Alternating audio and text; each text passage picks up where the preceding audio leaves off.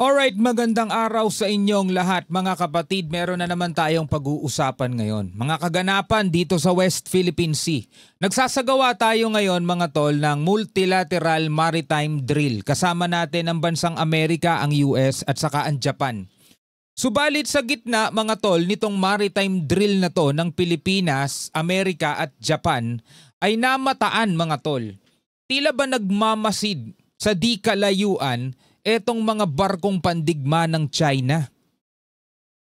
Tila ba mga kapatid tayo'y pinagmamasdan, pinapanood mga tol, habang sila'y inis na inis dahil nga syempre alam nyo na, inaangkin nila to itong kabuuan ng South China Sea at sinasabi nilang ito'y kanilang teritoryo kahit na alam naman natin at alam nating lahat na yan ay hindi sinasang-ayunan ng international law. Ang hangad ng Pilipinas mga tol, kapayapaan at karapatan natin. Yun lang naman Hindi naman tayo nakikipag-away sa kanila. Hindi naman tayo nagpo-provoke at naghahamon ng away sa kanila. Ang gusto lang natin mga tol, makamit natin yung ating kalayaan na maglayag, magsagawa ng mga aktibidad dito sa loob ng exclusive economic zone ng Pilipinas. So ang sabi ng Philippine Navy, hindi magpapasindak ang Pilipinas dito mga kapatid sa ginagawa ng China. At ayon nga rito sa balitang ating panonoorin mga tol, again, tayo po'y magbibigay lamang ng reaksyon at komentaryo dito sa mga balitang nagaganap ngayon sa ating kapaligiran, partikular may kinalaman sa ating soberanya mga tol. Sabi rito sa report, dalawang Chinese warships namataan sa gitna ng maritime drill ng Pilipinas, Japan at Amerika. Mula to sa Frontline Tonight mga kapatid ng News 5 Everywhere. Panoorin muna natin to mga tol at sabay-sabay natin. Bigyan natin ng reaksyon, commentary, opinion, criticism at kung ano-ano pa. Huwag na natin patagalin pa, panoorin natin to. Dalawang Chinese warship ang namataang nagbabantay sa multilateral maritime exercises ng Pilipinas, Japan at Amerika sa West Philippine Sea. Again, napapansin natin ang behavior changes dito sa mga barko ng China. Whenever na tayo kasi ang mag-isang naglalayag dyan, kahit ano pang activity ginagawa natin, drill man yan o kahit na mga humanitarian mission katulad na lamang ng pagbibigay natin ng ayuda sa mga mangingisda o kaya naman mga resupply mission para sa ating mga sundalong nakaistasyon, halimbawa sa BRP Sierra Madre o sa iba pang mga lugar, hinaharang tayo, hinahabol mga tol, ginigipit at dun nga nagkakaroon ng tensyon. Pero eto, good thing naman mga kapatid kasi hindi naman sila ganun ka-agresibo kapag meron tayong mga kasamang ibang bansa. Like for example, itong nakaraan, di ba, kasama natin ang Canada at Australia, may namataan din. Ngayon naman, US at Japan kasama natin, nandiyan pa rin sila nakabantay. Pero ang maganda lang, hindi sila nakakalapit. No? Tuloy natin. Pero ang sabi ng Philippine Navy, hindi tayo pasisindak dyan. Nasa frontline na balitang yan si Camille Samonte. Isang Chinese warship na may bow number 551 ang natanaw sa layong 35 nautical miles mula sa BRP Jose Rizal ng Philippine Navy. 35 nautical miles. Medyo may kalapitan na rin yun pero hindi ganun kalapit. Nakatulad nung inilalapit nila kapag tayo lang mag-isang naglalayag. Kasi minsan mga 10 yards na lang ang nilalapit nila Minsan nga 6 meters na lang, 10 meters na lang ang layo nila Ganun mga tol ang lapit nila sa atin. Hindi lang sa karagatan maging sa himpapawid. Kapag ang ating eroplano nagsasagawa ng maritime domain awareness, di ba? Hindi naman siya threat kasi simpleng eroplano lang naman yung pinapalipad natin mga tol. Pero minsan dinidikitan tayo ng kanilang mga PLA Navy helicopters. Tapos minsan jet fighter pa talaga nila ang dumidikit sa atin mga tol. Sa himpapawid yun Parehong delikado yan kasi pwede magkaroon ng collision dyan Pero wala, ganun talaga sila Nakapwesto ang barko ng Pilipinas malapit sa Capones Island, Zambales. Naispatan yan sa gitna ng 11th Multilateral Maritime Cooperative Activity ng Pilipinas, Amerika at Japan. Niradyohan yan ng Philippine Navy para itaboy ang Chinese vessel alinsunod sa Philippine Maritime Zone Act, sa United Nations Convention on the Law of the Sea o UNCLOS as a 2016 arbitral ruling.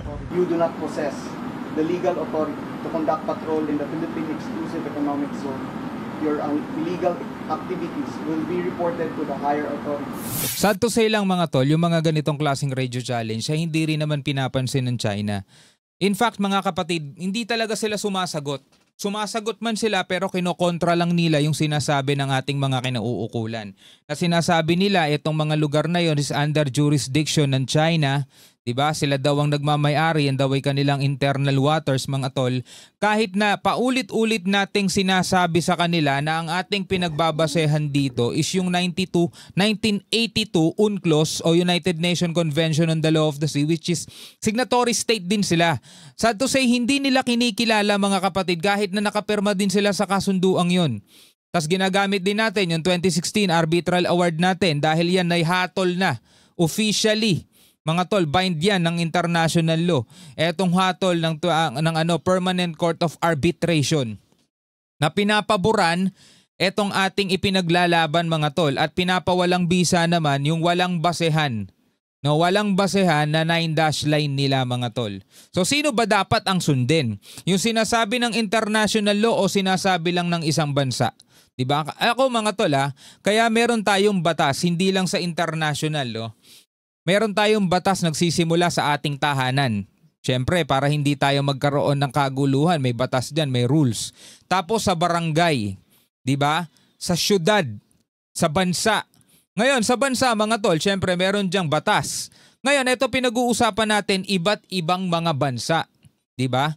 Ngayon, meron tayong international law para yan yung sinusunod na itong iba't ibang mga bansang to para hindi tayo magkaroon ng mga kaguluhan. Ang problema, kaya nagkakaroon ng kaguluhan kasi merong ilang bansa na porket malaki sila, porket malakas sila, meron silang lakas ng loob, tapang ng apog para hindi kilalanin ng international law. Yun ang nakakalungkot dun . Pero agad sumagot ang China. This is a Chinese warship that enjoys sovereign immunity. We are taking legal military operations beyond the territorial waters of all the territorial countries. Over. Una po talaga tayo. Di ba? Tulad ng sinabi natin kanina. Madalas hindi nila pinapansin at kung sumagot man sila ang sinasabi nila jurisdiction nila yan. Di ba? Meron silang karapatan dahil yan daw ay kanilang internal waters, yan daw ay kanilang teritoryo. Mag-initiate ng challenges para malaman nila na sila ay nasa Philippine Exclusive Economic Zone at meron tayong pinangangawakang batas na sinusunod. Bukod dyan, may isa pang namataan na Chinese warship. Yun nga lang, hindi na natukoy ang bow number nito. Sa kabila ng pagmamanman ng China, naging matagumpay naman daw ang multilateral maritime activity ng Amerika, Pilipinas at Japan. So far, hindi naman po sila nakaka-affect sa activities po natin. Hindi tayo masisindak kasi nandito tayo sa teritoryo natin. Nagsimula ang pagsasanay sa paglapag ng Agusta helicopter sa naglalayag na BRP Jose Rizal.